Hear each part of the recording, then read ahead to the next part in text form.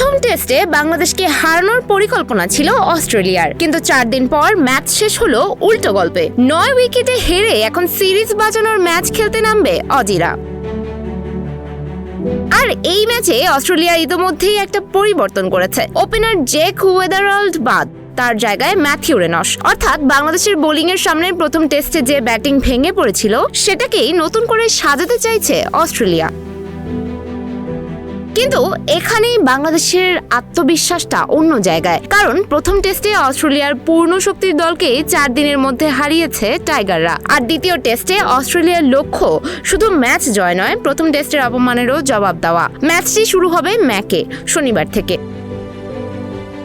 তাই এবার গল্পটা শুধু বাংলাদেশ বনাম অস্ট্রেলিয়া নয়, একদিকে ইতিহাসের পর আত্মবিশ্বাসী বাংলাদেশ, অন্যদিকে ঘরের মাঠে সিরিজ বাঁচানোর মরিয়া অস্ট্রেলিয়া। প্রথম টেস্ট যদি বাংলাদেশের চমক হয়ে থাকে, দ্বিতীয় টেস্টে দেখা যাবে সেটা চমক ছিল নাকি নতুন বাস্তবতা।